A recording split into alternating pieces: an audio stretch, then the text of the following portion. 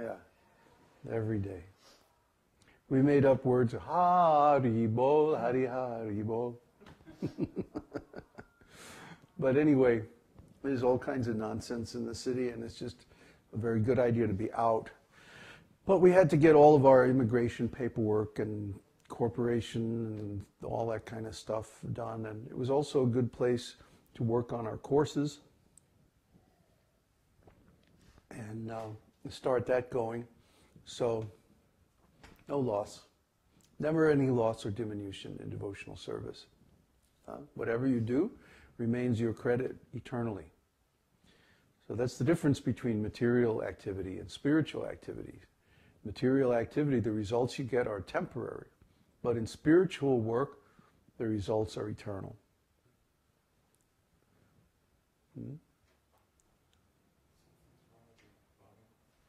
What's happening? No volume on channel 1. Channel 1 is this. So you take the attenuation off.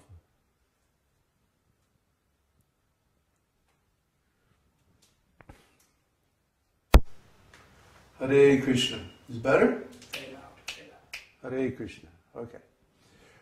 So, I don't know what I'm going to talk about today. Let's talk about our community. There's always something to talk about. We want to make a bridge between the pretty much planet-wide materialistic society based on corporatism, means corporate ownership of all the resources. And we want to make a shift back towards Vedic civilization, which is decentralized. In other words, everything, as far as possible, is privately owned. Private means by individuals, by real people, not by fictitious entities. In corporatism, everything is a fictitious entity. Like when we created our corporation, Esoteric Teachings Seminars Incorporated, the first thing we had to do is file a fictitious name statement. Sounds very suspicious, doesn't it? Fictitious name statement. It's like, because a corporation is basically an entity that takes responsibility for the actions of other people, of real people. It's a funny thing, a corporation. If you have a corporation and you do something in the name of the corporation that creates liability, in other words, you hurt somebody, you damage somebody, and so they sue you. Well, guess what? You don't have to pay the damages. The corporation pays the damages, even though you did the activity. So it's a very weird thing, a corporation. Very strange thing. A corporation is basically, it means I'm planning to do some damage. I'm planning to cheat somebody. So I'm going to make this fictitious name to screen my real identity.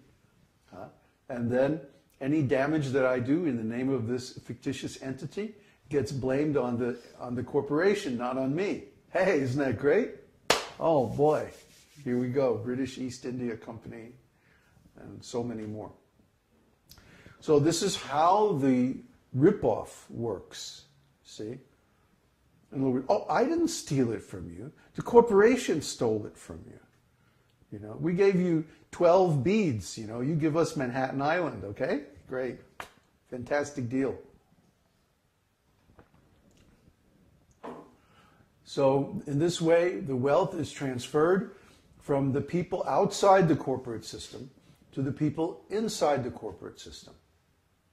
That's how it works, people. That's what's been going on this planet for the last couple of 100 years. And that's why we are right now on the edge of complete meltdown of society.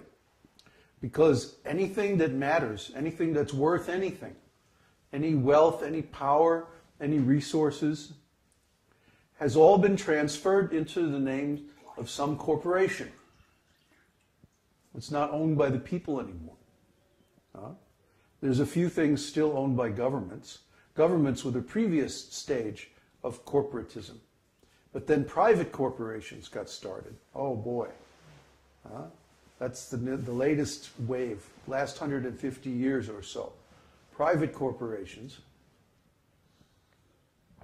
And private corporations have been busily engaged in ripping people off.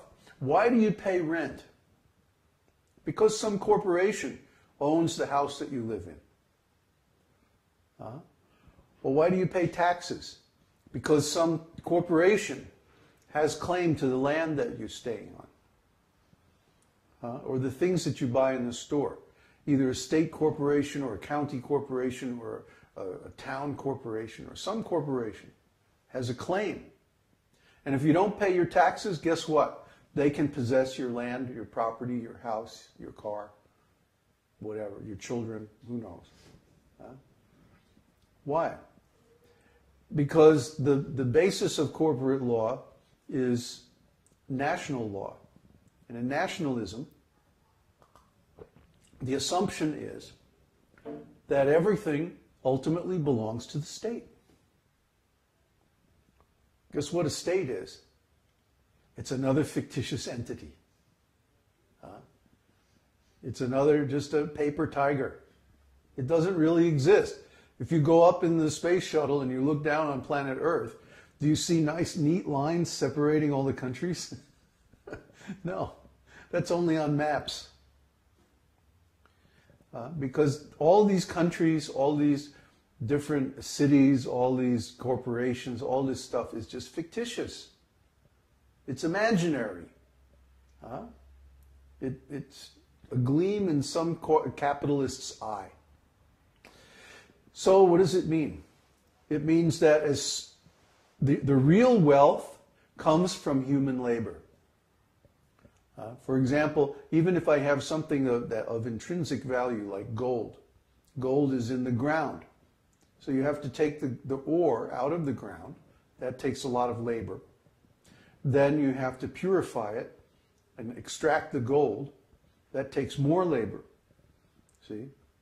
Without this labor and without human intelligence, even more important, without intelligence you don't know how to apply your labor. You could dig all day and you won't find any gold. But with intelligence, you know how to trace the layers where the gold is found and dig the tunnel at the right angle to bring out the ore and so on. It all requires intelligence. So the geologist in charge of the mine, he knows how to construct the mine, and then with the labor of the workers, the miners, they know how to bring out the ore. And then more intelligence is necessary. How to crush the ore, how to smelt it, how to purify the gold. The metallurgist knows how to perform all these processes. By the time you see the gold in the store in the form of some piece of jewelry or something like that, it's been through so many expert processes and been the object of so much human labor. And because of that labor, it has value. Now, if you take your work in the form of money and you exchange it for this gold, what have you just done? You've taken your work, the value of your work. First of all, the miners and the geologists and the smelters and all those people, the craftsmen who make the jewelry, they exchange their labor with the gold company and the jewelry company. Okay? And they produce something of value, a necklace or jewelry or something. And they exchange their work for money. And you exchange your work for money with some other corporation. Then you take that money and you give it to another corporation for the gold. You see? What's really happening is that you're exchanging your labor for those people's labor. Without your labor, that wouldn't be worth anything. It wouldn't even exist. It would be, the gold would be in the ground somewhere. So try to understand, the real value in everything is labor. Now, if you take the value of someone's labor away from them and put it in another place, this is what's called an economic system. Take any of the economic systems that are in use in the world today. Capitalism, communism, socialism, corporatism, any of these systems of economics, they all do the same thing. They take the value of a person's labor away from them and they store it someplace else in a fictitious entity called a state or a commune or a corporate structure of some kind. Okay? And then the people who control the fictitious entity control the results of your labor. They control the value. Right? And what are we left with? Nothing. So we have to buy a house from a corporation. We have to buy land or rent land from a corporation. We have to buy a car from a corporation. We have to buy our food and our clothes